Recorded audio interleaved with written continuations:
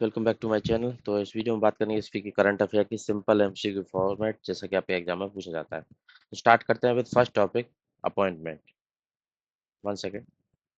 तो अपॉइंटमेंट से शुरुआत करेंगे। Recently who is said to become Japan first female prime minister as per recent develop, मतलब ये जापान की पहली प्राइम मिनिस्टर बनेंगी, लेडी प्राइम मिनिस्टर। इससे पहले कभी भी प्राइम मिनिस्टर था ही नहीं है वहाँ पे जापान पे। तो इनका नाम क्या है, ये न्यूज में थी काफी।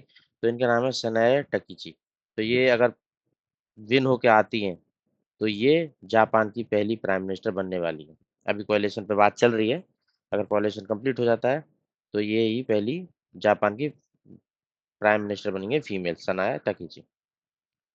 ठीक है। और ये पार्टी कौन से बिलोंग करती है, ये पढ़ती हैं लिबरल डेमोक्रेटिक पार्टी की मेंबर है। नेक्स्ट आ जाते हैं। नए डायरेक्टर जनरल बने यूनेस्को के 2025 में। उनका नाम क्या है? ये बने खालिद अल एनी। ये नए डायरेक्टर जनरल बने हैं यूनेस्को के। और ये बिलोंग करते हैं अपने इजिप्ट से। इजिप्ट से बिलोंग करते हैं। नाम आपको याद रखना है एग्जाम पॉइंट ऑफ व्यू से, और कहाँ से बिलोंग करते हैं। खालिद अल अनी, यूनेस्को के नए डीजी। देखो यूनेस्को देख लेते हैं, यूनेस्को क्या है। एग्जाम पॉइंट ऑफ व्यू से ये भी इंपॉर्टेंट हो जाता है, स्टैटिक। तो यूनेस्को काम करती है United Nation Educational Scientific Cultural Organization. इसका फॉर्मेशन 1945 में, इसका हेडक्वार्टर है पेरिस में। और ये किस फील्ड में काम करती है? करती है एजुकेशन के, साइंस के, कल्चर के, पीस के काम में है। और इंडिया इसका एक मेंबर है। मतलब इसका मेन पर्पज है पीस फैलाना through educational scientific and cultural organization. ठीक है।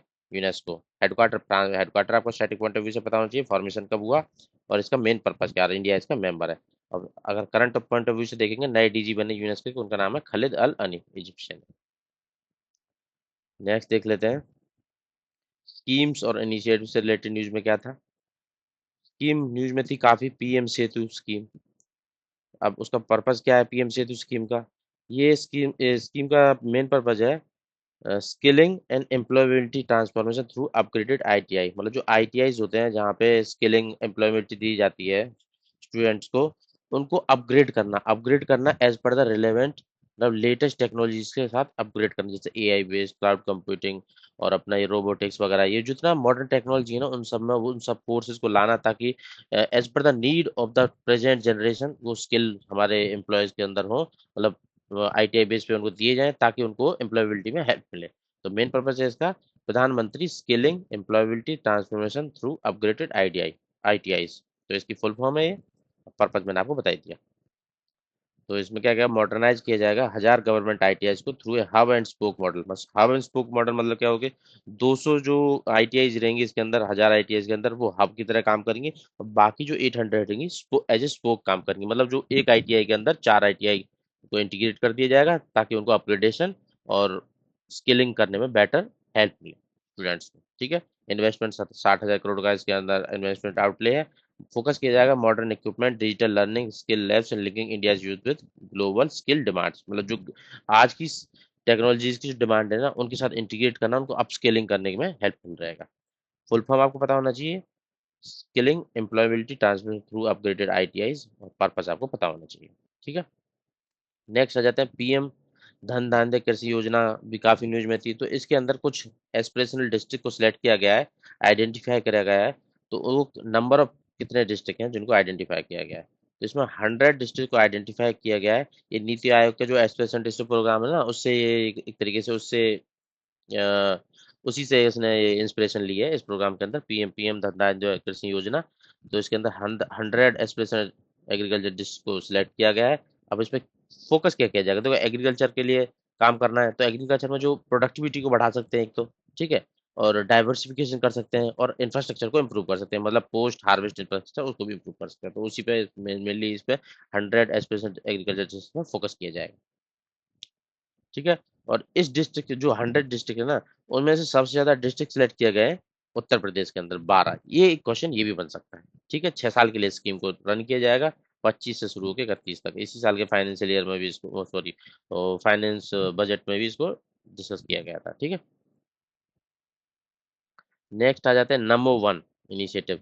ये भी काफी न्यूज में था। नंबर वन इनिशिएटिव क्या है कि इसका मेन पर्पज है जो शहरी इलाके होते हैं ना, वहां से आप वहां पे ग्रीनरी को बढ़ाना। मेन पर्पज यही है इसका नंबर वन इनिशिएटिव को।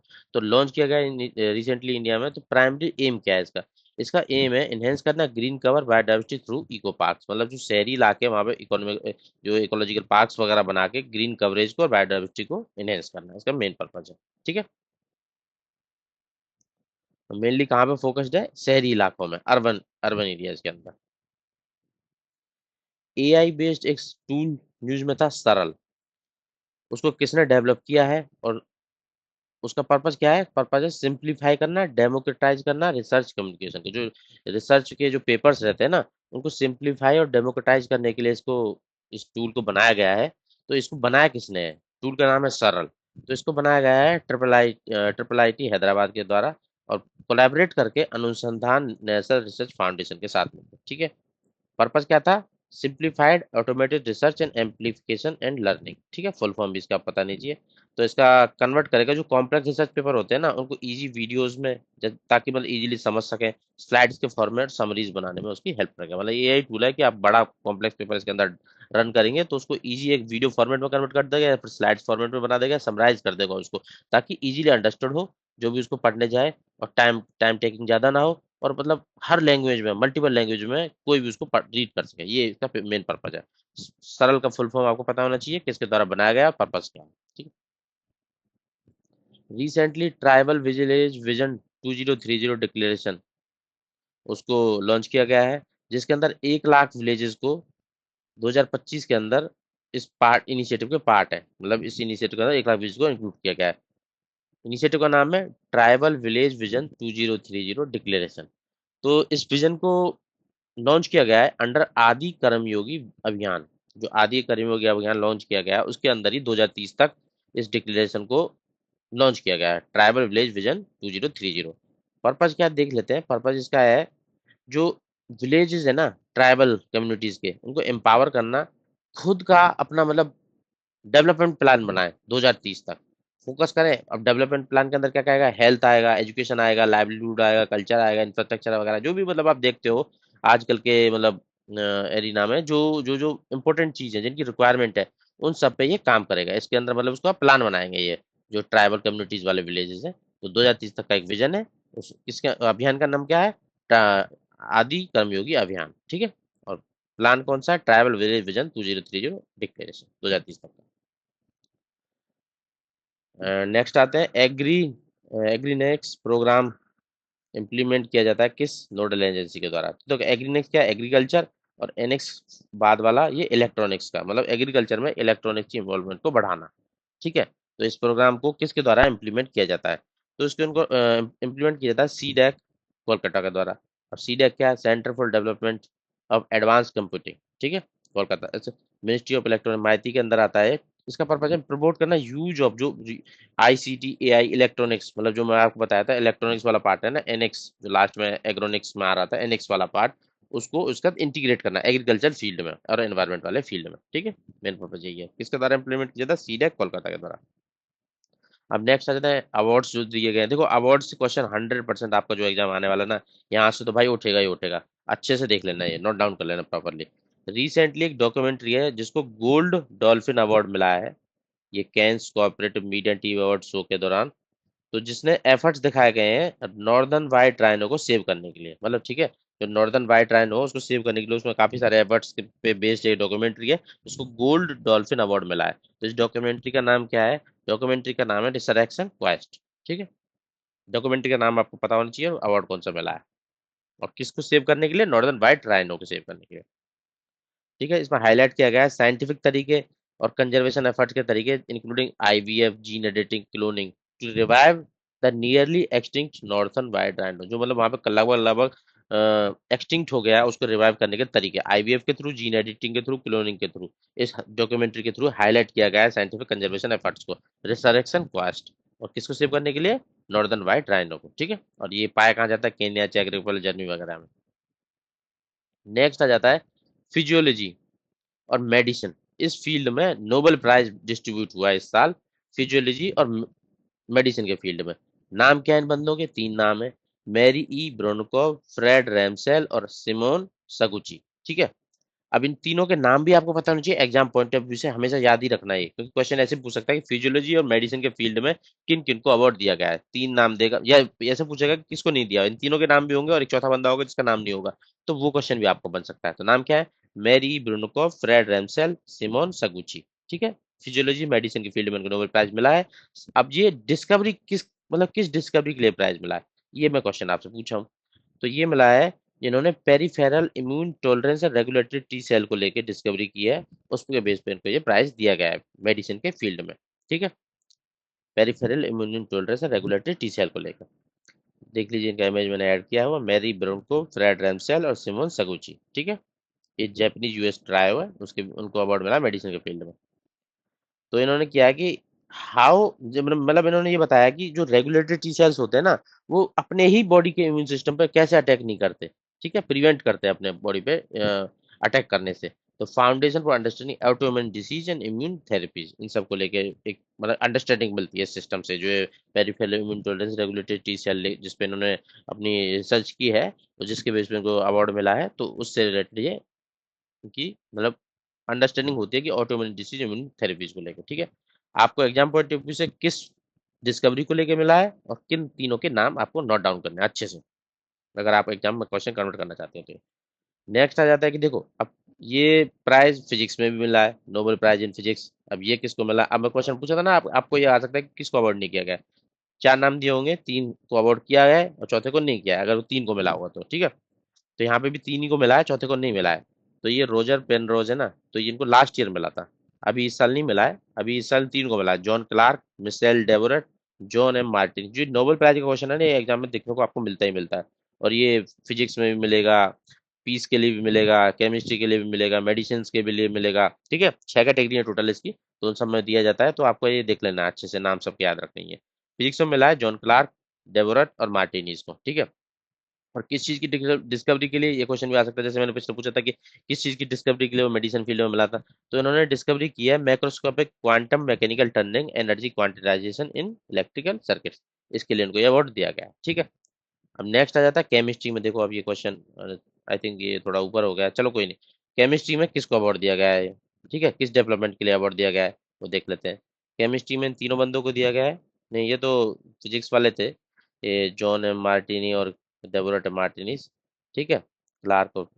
तो ये केमिस्ट्री में भी मिला है, केमिस्ट्री में देख लेते हैं। केमिस्ट्री में आई थिंक मैंने थोड़ा ऊपर नीचे हो गया वीडियो, चलो कोई नहीं। केमिस्ट्री में मिला है मेटल ऑर्गेनिक फ्रेमवर्क बनाने के लिए मिला है। अब मेटल ऑर्गेनिक फ्रेमवर्क क्या है? एक मतलब इन्होंने ऐसा क्रिस्टल मटेरियल बनाया है ना, जिसकी हेल्प से लार्ज इंटर सरफेस है जिसका, जिसकी हेल्प से गैस को स्टोर किया जाता है, कैटालिसिस में हेल्प मिलेगा, एनवायरमेंटल प्योरिफिकेशन में उसको हेल्प मिलेगा। इस तरीके का इन्होंने एक मेटल ऑर्गेनिक फ्रेमवर्क बनाया। नाम क्या है इन तीनों के? Susumu Gawa, Richard Robson, Omar M यागची for pioneering and development of metal organic framework. इन तीनों के नाम भी आप याद रखते हैं, Susumu Kitagawa, Richard Robson, Omar M याग।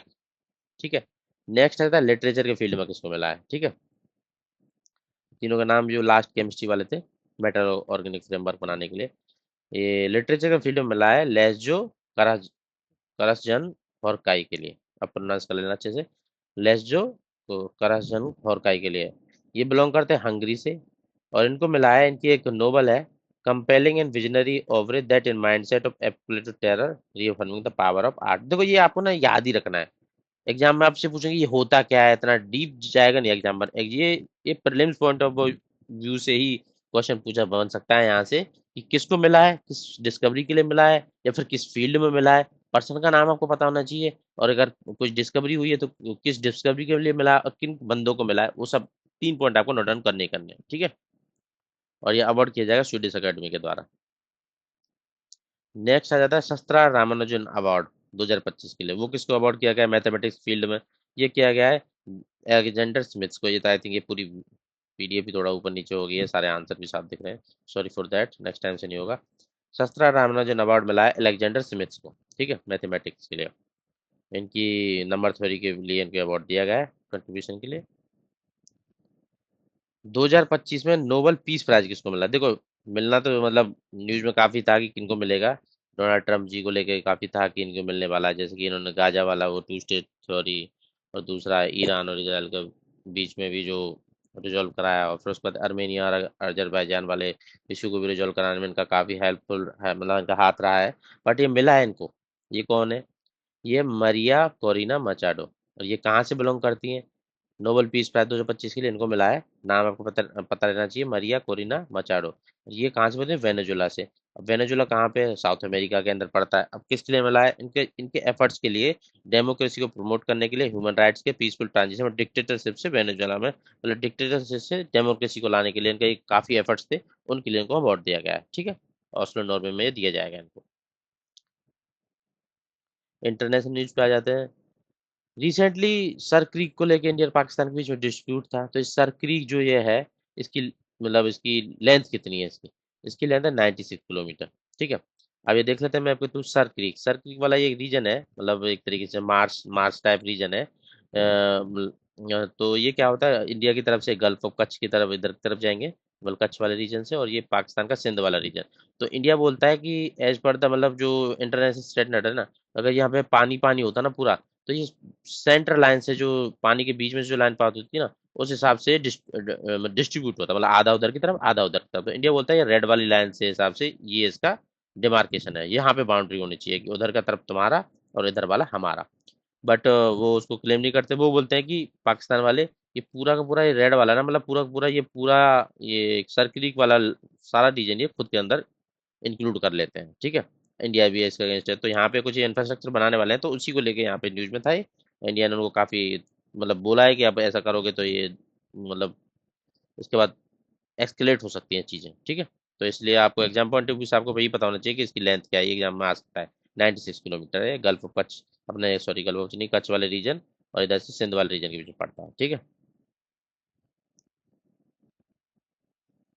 नेशनल न्यूज पे आ जाते हैं। अब एनिवर्सरी सेलिब्रेट की गई है वंदे भारत सॉन्ग की 2025 में। कौन सी एनिवर्सरी सॉन्ग की गई है? 150वीं एनिवर्सरी सेलिब्रेट की गई है, क्योंकि इसको 1875 में बंकिम चंद्र चटर्जी के द्वारा लिखा गया था, और इसको पहली बार इंक्लूड किया गया था। आनंद मठ एक नोवेल थी 1882 में, बंकिम चंद्र चटर्जी के द्वारा लिखी गई, उसमें इसको पहली बार इंक्लूड किया गया था। ठीक है, तो 1875 से आप देखोगे तो 150वीं एनिवर्सरी इसकी हो गई है। तो इसको स्टेटस ऑफ नेशनल सॉन्ग कब मिला था? कॉन्स्टिट्यूशन असेंबली के द्वारा 1950 में, 24 जनवरी 1950 में। ठीक है, नेक्स्ट आ जाते हैं। इंडिया का पहला साइफन बेस्ड डिसैलिनेशन सिस्टम कहाँ पर बनाया गया है, मतलब किस इंस्टीट्यूट के द्वारा बनाया गया है डिसैलिनेशन सिस्टम? तो इसको बनाया गया है आईआईएससी बेंगलोर के द्वारा। ठीक है, डिसैलिनेशन के लिए साइफन बेस्ड सिस्टम बनाया गया है पहला, आईआईएससी बेंगलोर के द्वारा। नेक्स्ट आ जाते हैं। साउथ इंडिया का पहला फुल्ली सोलर पावर्ड विलेज कहाँ पे बना है, किस स्टेट के अंदर? ये बना है तेलंगाना के अंदर। नाम क्या है? कोंडा रेड्डी पल्ली। ठीक है, फुल्ली सोलर पावर्ड विलेज बना है तेलंगाना के अंदर, साउथ इंडिया का पहला है। तो इसको बेंचमार्क की तरह यूज कर सकते हैं अदर स्टेट साउथ इंडिया के, और वो भी अपने विलेजेस को फुल्ली सोलर पावर्ड बना सकते हैं। नेक्स्ट आ जाते हैं। ब्रांड एम्बेसडर बने हैं अभी रिसेंटली विकसित भारत बिल्डाथॉन के। तो वो बनाया गया है ग्रुप कैप्टन शुभांशु शुक्ला जी को। अब ये विकसित भारत बिल्डाथॉन क्या है? ये विकसित भारत बिल्डाथॉन है कि ministry of education AICT promote करेगा यूथ को इनोवेट करने के लिए, ठीक है, आइडियाज लाने के लिए। तो AI based solution technology driven national building के लिए, जो 2030 का टारगेट है ना इंडिया का, उसको मतलब अलाइन करने के लिए उसको लॉन्च किया गया है बिल्डाथॉन को। ठीक है, मिनिस्ट्री ऑफ एजुकेशन के द्वारा एक तरह का ये हम जैसे मैराथन होता है, ऐसे ये बिल्डाथॉन है। ठीक है, हैकाथॉन, मैराथन, उस तरीके से बिल्डाथॉन है। यहाँ पे स्टूडेंट्स वगैरह अपना आइडिया देंगे, और इनोवेटिव आइडियाज देंगे, जिनको AI based solution technology nation building में हेल्पफुल रहेगी। ठीक है, और साथ ही साथ अटल इनोवेशन मिशन नीति आयोग भी इसके कोलेबोरेट किया है इसमें मिनिस्ट्री ऑफ एजुकेशन के साथ। नेक्स्ट आ जाता है डिफेंस में। डिफेंस में एक सक्षम सिस्टम न्यूज में था। इंडियन आर्मी ने इसको अभी रिसेंटली अप्रूव किया है। तो ये क्या सक्षम सिस्टम क्या है? एक तरीके से मतलब कि ये सॉफ्ट किल और हार्ड किल एसेट मैनेजमेंट सिस्टम है, सिचुएशनल अवेयरनेस के बेस पे। तो इसका यूज किया जाएगा जैसे कि एरियल थ्रेट्स कुछ भी आएगी, या तो उसको हार्ड किल करना है। हार्ड किल करना मतलब उसको सीधा उसको ब्लास्ट कर देना है लेजर बेस से या मिसाइल बेस से, या फिर न्यूट्रलाइज कर देना है कि मतलब उसको फटने से पहले ही उसको न्यूट्रल होकर जमीन पर गिर जाए, कुछ होना, वो सॉफ्ट किल वाला आ जाता है। तो इसका फुल फॉर्म आपको पता होना चाहिए, situational awareness for kinetic soft and hard kill asset management. ठीक है, इंडियन आर्मी ने रिसेंटली इसको अप्रूव किया है। इसको बनाया किसके द्वारा जा रहा है? ये बनाया जा रहा है भारत इलेक्ट्रॉनिक लिमिटेड के द्वारा। ठीक है, दो पॉइंट आपको पता होना चाहिए, फुल फॉर्म सक्षम का, और ये है क्या, ये counter unmanned aerial vehicle system मतलब ड्रोन जो होते हैं उनके लिए ग्रिड सिस्टम है, डेवलप किया गया है भारतीय इलेक्ट्रॉनिक्स लिमिटेड के द्वारा। नेक्स्ट आते हैं स्पोर्ट्स पे। रिसेंटली जो world para athletic championship Delhi के अंदर हेल्ड हुई थी, उसमें इंडिया ने 22 मेडल लिए, तो बेस्ट अब तक का है, मतलब इससे पहले 17 का बेस्ट था, अभी 22 का हो गया है। तो इंडिया की ओवरऑल रैंक कितनी रही है इसमें? तो इंडिया का ओवरऑल रैंक आया 10। ठीक है, और 22 मेडल्स आए। 22 मेडल्स का ब्रेकडाउन देख लेते हैं। 6 गोल्ड आए, 9 सिल्वर आए और 7 ब्रॉन्ज आए।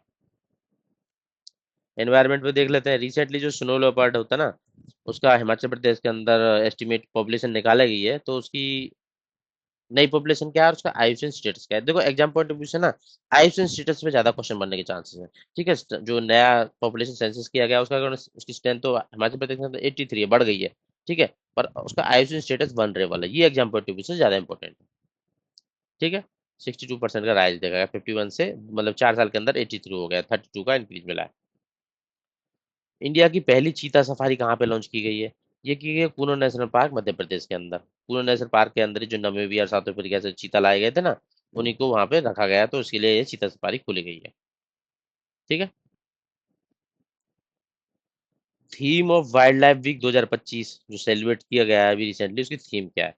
इसका थीम है ह्यूमन वाइल्ड लाइफ को एग्जिस्ट है, मतलब को एग्जिस्ट कैसे करें। ठीक है, अब वाइल्ड लाइफ वीक देख लेते हैं। 2 अक्टूबर से 8 अक्टूबर बनाई गई थी, तो raise awareness for wild life protection को लेकर। ठीक है, इसके अंदर गवर्नमेंट ने साथ साथ 5 प्रोजेक्ट नए लॉन्च किए गए थे।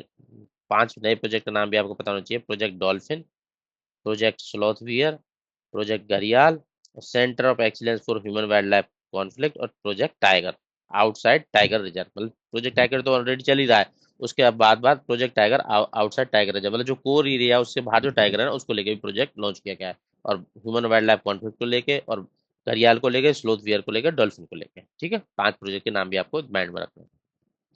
नेक्स्ट है वही क्वेश्चन आ गया कि इनमें से पांच पांच जो नए नेशनल प्रोजेक्ट लॉन्च किए गए वाइल्ड लाइफ वीक के अंदर, उसमें से कोई कौन इसका पार्ट नहीं है। ठीक है, प्रोजेक्ट राइनो को लेकर कोई बात नहीं की गई है, डॉल्फिन को लेकर बात की गई थी, घड़ियाल को लेकर बात की गई, स्लॉथ बियर को लेकर बात की गई, इसके साथ साथ project tiger outside tiger reserve, और दूसरा वो ह्यूमन वाइल्ड लाइफ कॉन्फ्लिक्ट को लेकर बात की थी। ठीक है, नेक्स्ट आ जाता है आयुषन वर्ल्ड कांग्रेस जो 2025 में ऑर्गेनाइज हो रही है, जहाँ ने इंडिया अपना national red list road map initiative launch किया। मतलब इंडिया खुद से आयुषन की जो कैटेगरी में, मतलब रेड लिस्ट जो डेटा है उसके बेस पे दोबारा से सेंसस करेगी और उनको रीएवेल्युएट करेगी कि वो रेड लिस्ट में किस कैटेगरी में आते हैं। ठीक है, तो ये क्वेश्चन पूछ रहा है कि कहाँ पे हो रही है आयुषन की वर्ल्ड कंजर्वेशन कांग्रेस? ये हो रही है यूनाइटेड अरब इमारात के अंदर।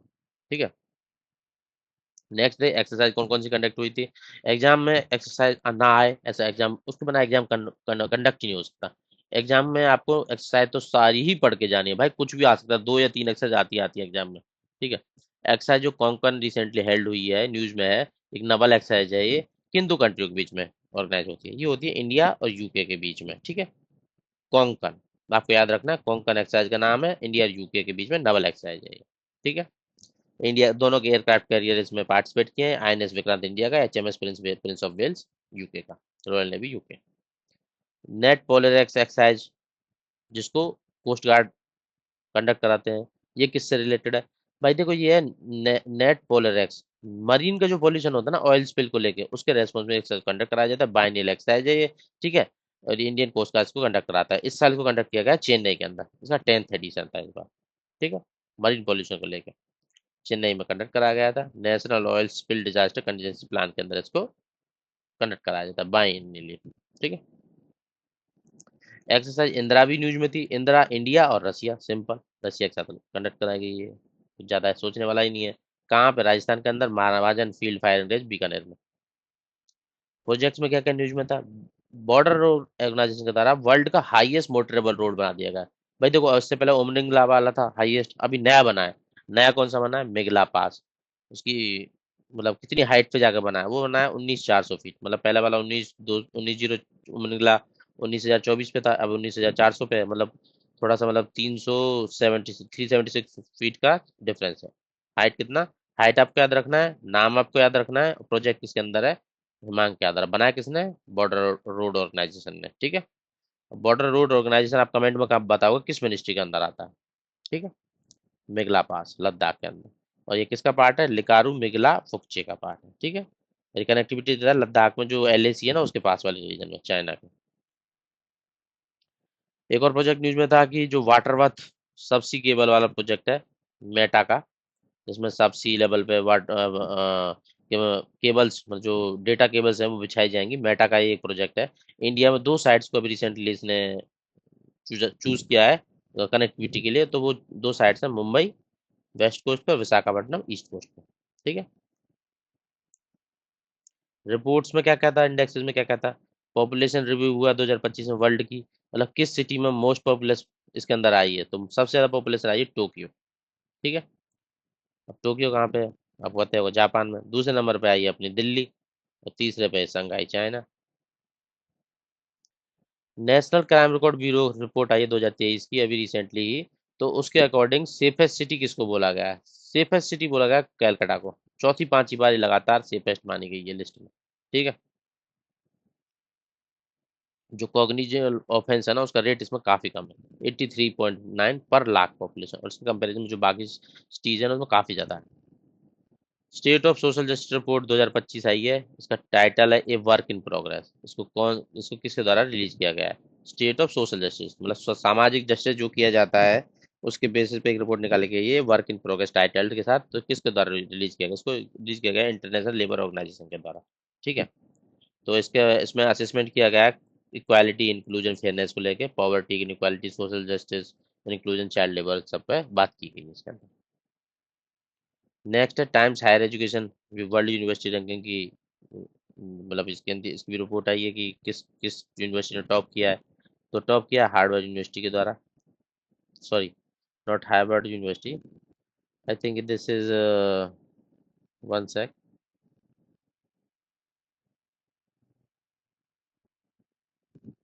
आई थिंक इसमें यूनिवर्सिटी ऑफ ऑक्सफोर्ड ने टॉप किया है Times Higher Education World University ranking के अंदर। देख लेते हैं एक बार। हाँ, वो सीनियर हो गया जो इंग्लैंड की यूनिवर्सिटी है। तो इसकी रैंकिंग के अकॉर्डिंग ये टॉप में आई, और इंडिया की तरफ से आईआईसी बेंगलुरु है जो 201 से 250 की रैंकिंग में आई है। ठीक है। इंडिया की तरफ से आप क्या रखना, टॉप किसने किया है Times Higher Education World ranking में। फेस्टिवल में कौन सा? एक फेस्टिवल था मेरा हाउ चोंगवा फेस्टिवल, ये न्यूज में था। इसका मेन पर्पज है हारमोनी और यूनिटी बढ़ाना हिल और वैली वाली कम्युनिटीज को लेके। तो इस फेस्टिवल को ऑर्गेनाइज किया जाता है मणिपुर के अंदर। ठीक है, मेरा हाउ चोंगवा। और इसको 15th लूनर डे ऑफ मेरा मंथ इन माइती कैलेंडर के अकॉर्डिंग मणिपुर में इसको सेलिब्रेट किया जाता है। इनॉग्रेशन में क्या इनॉग्रेट किया गया था? पहला कोऑपरेटिव, मतलब कोऑपरेटिव जो कोऑपरेटिव रहती है उसके अंदर multi feed compressed biogas plant launch किया गया है। ठीक है। कंप्रेस्ड बायोगैस बनाने के लिए कोऑपरेटिव बेस पे multi feed biogas plant inaugurate किया गया है। ये कहाँ पे किया गया है? सिटी का नाम ये पूछ रहा है। ठीक है। तो इसको लॉन्च किया गया है कोपरगन महाराष्ट्र के अंदर। ठीक है। बायोगैस क्या है, मतलब बायो एनर्जी क्या है? एक तरीके से रिन्यूएबल सोर्स है, तो इसलिए इसको लॉन्च किया गया है मतलब नॉन रिन्यूएबल पर रिलायंस घटाने के लिए, और रिन्यूएबल एनर्जी और वेस्ट टू वेल्थ बनाने के लिए। नेक्स्ट दे सकते हैं। अभी अब यहाँ पे ये मैं जो ऐड करता हूँ ना, इससे आप ये एक स्टैटिक पॉइंट ऑफ व्यू से भी आप रेफर कर सकते हैं। इससे कैसे बनाया जाता है, किस कंडीशन में बनाया जाता है, एनारोबिक कंडीशन रहती है या कौन सी कंडीशन रहती है, कैसे उनको सेपरेट किया जाता है फिर बाद में, और मतलब वेस्ट जो बचता है उसको किस चीज़ में यूज किया जाता है। ठीक है। एक बुक न्यूज में थी after me chaos astrology in Mughal empire. इसको किसके द्वारा लिखा गया है, मतलब जो मुगल एम्पायर में भी एस्ट्रोलॉजी को कैसे यूज किया जाता है उसको उस पर एक बुक लिखी गई है। ये लिखी गई है एमजे अकबर के द्वारा। तो ये इसमें बताया गया है कि एस्ट्रोलॉजी कैसे इन्फ्लुएंस करती थी डिसीजन को लेके, गवर्नेंस में, कल्चर में, डिसीजन मेकिंग में मुगल एम्पायर लाइक हुमायूं अकबर के टाइम पे भी। ठीक है। बुक को लिखा गया एमजे अकबर के द्वारा astrology in Mughal empire after me chaos. Economy से रिलेटेड रिसेंटली जो आरबीआई ने एक 6 मेंबर की पेमेंट रेगुलेटरी बोर्ड बनाया है पेमेंट सिस्टम को ओवरसी करने के लिए। इसको चेयरमैन कौन रहेगा? इसका चेयरमैन रहेंगे अपने आरबीआई के गवर्नर जी। ठीक है, एक्स ऑफिशियो चेयरमैन रहेंगे। अगर वो नहीं रहेंगे तो जो डिप्टी गवर्नर वगैरह जो उनके अंदर काम करेंगे वो उसके चेयरमैन रहेंगे। ठीक है। इसने रिप्लेस किया है बोर्ड ऑफ पेमेंट, तो बोर्ड ऑफ रेगुलेशन और supervision of payment and settlement system, जो रिसेंट इससे पहले जो ओवरसी करता था पेमेंट्स को, तो पेमेंट सेटलमेंट सिस्टम को, तो उसको रिप्लेस किया है इसने। 6 मेंबर का पेमेंट रेगुलेटरी बोर्ड बनाया गया है under payment and settlement act 2007 के अंदर। ठीक है। 6 मेंबर रहेंगे। आरबीआई का गवर्नर हो गया, एक डिप्टी गवर्नर हो गया, और एग्जीक्यूटिव डायरेक्टर होगा। तीसरा 3 मेंबर गवर्नमेंट की साइड से। अभी रिसेंटली क्या है, डिपार्टमेंट ऑफ फाइनेंस सर्विस के सेक्रेटरी, मिनिस्ट्री ऑफ इलेक्ट्रॉनिक के सेक्रेटरी, और अरुणा सुंदराचार्य जो टेलीकॉम सेक्रेटरी है। ठीक है। रिजर्व बैंक ऑफ इंडिया के द्वारा सेल्फ रेगुलेटरी ऑर्गेनाइजेशन स्टेटस दिया गया है एनबीएफसी को ओवरसी करने के लिए। ठीक है, सेल्फ रेगुलेटरी ऑर्गेनाइजेशन क्या होता है कि मतलब रिजर्व बैंक ऑफ इंडिया एक तरीके से मॉनिटर बना देती है, वो सबको उस फील्ड में देखेगा, अगर कुछ प्रॉब्लम होगी वो फर्दर आरबीआई को जाकर रिपोर्ट करेगा। ठीक है, तो ये एनबीएफसी को ओवरसी करने के लिए अभी स्टेटस दिया गया है सेल्फ रेगुलेटरी ऑर्गेनाइजेशन का, वो दिया गया है फाइनेंशियल इंडस्ट्रियल डेवलपमेंट काउंसिल को। ठीक है, तो ये क्या करेगी, कंप्लायंस के लिए फोर्स करेगी उनको, एथिक्स बनाए रखने के लिए और बेस्ट प्रैक्टिस अडॉप्ट करने के लिए एनबीएफसी को, ये इसका काम है एफआईडीसी का। ठीक है, और बाकी अगर उनको कोई इश्यूज आ रहे होंगे कंप्लायंस को लेके या अर्ली वार्निंग सिग्नल्स वगैरह, सब कोऑर्डिनेट करके आरबीआई के साथ उनको एक तरीके ओवरसाइट के रूप में। ठीक है, और ये जो एसआरओज बनाए जाते हैं उनको बनाया जाता है as a not for profit company. ठीक है, अंडर कंपनीज एक्ट 2013 के अंदर। आरआरबी का रिसेंटली जुबली सेलिब्रेट की गई है, वो कौन सी जुबली है, देखो 1875 में इसका लॉ आया था, तो उस हिसाब से 50वीं एनिवर्सरी है इसकी गोल्डन जुबली की, तो गोल्डन जुबली हो गया इसका आरआरबी का। और रीजनल बैंक होते क्या है, इसको बनाया किसके रिकमेंडेशन पे था, नरसिम्हा कमेटी के रिकमेंडेशन बनाया था, स्टैटिक क्वेश्चन काफी आता है एग्जाम में। ठीक है, ये बैंकिंग फैसिलिटी देती है मेनली रूरल एरिया के अंदर, गांव वाले एरिया के अंदर। ठीक है, 1975 में आई थी, तो 50 ईयर हो गए, तो इसका गोल्डन जुबली था। ठीक है, अब देख लेते हैं डिफरेंस किस एक्ट के अंदर काम करती है। देखो RRB regional rural bank act के अंदर 96 के अंदर काम करती है। इसमें रेगुलेशन क्या होता है, सुपरविजन आरबी नाबार्ड करता है, और जो मतलब इमीडिएट एक तरीके से नाबार्ड इस पर सुपरवाइज करता है, और आरबीआई का टोटल कंट्रोल होता है। ठीक है, बाकी ये शेड्यूल कमर्शियल बैंक क्या होती हैं, कोऑपरेटिव बैंक क्या होती है, ये भी मैं ऐड किया हूँ, आप रेफर कर लेना। ईरान ने रिसेंटली एक प्लान बनाया है अपनी करेंसी को कुछ जीरोस हटाने के लिए, क्योंकि वहां पे हाइपर इन्फ्लेशन काफी ज्यादा हो गया है। अब किसी चीज को खरीदने जाते हैं तो करेंसी मतलब काफी ज्यादा लेके चलनी पड़ती है, तो उन्होंने करेंसी को काफी सिंप्लीफाई करने के लिए, ठीक है, तो एक प्लान बनाया है, नंबर ऑफ जीरोज कुछ हटा देंगे अपनी करेंसी से। तो करेंसी का नाम क्या है, रियाल, ईरान की। ठीक है, तो उन्होंने बोला कि 4 जीरोज को हटा के मतलब 10,000 का 1 रुपया हो जाएगा डायरेक्ट। ठीक है, और रियाल हो जाएगा, 10,000 रियल 1 रियाल में कन्वर्ट हो जाएगा, तो 4 जीरो को हटाने की काम बात की कि 2 साल के अंदर इनको, 2 साल के अंदर सब मतलब वो भी सर्कुलेशन में रहेगा, ये भी सर्कुलेशन में आएगा, धीरे धीरे जो 4 जीरो वाले जो ईरानियन रियाल है उनको विड्रॉ कर लिया जाएगा, और बाकी फिर बाद में ये जो अभी 4 जीरो को हटा के जो रियाल आएगा वो सर्कुलेशन में रहेगा। ठीक है,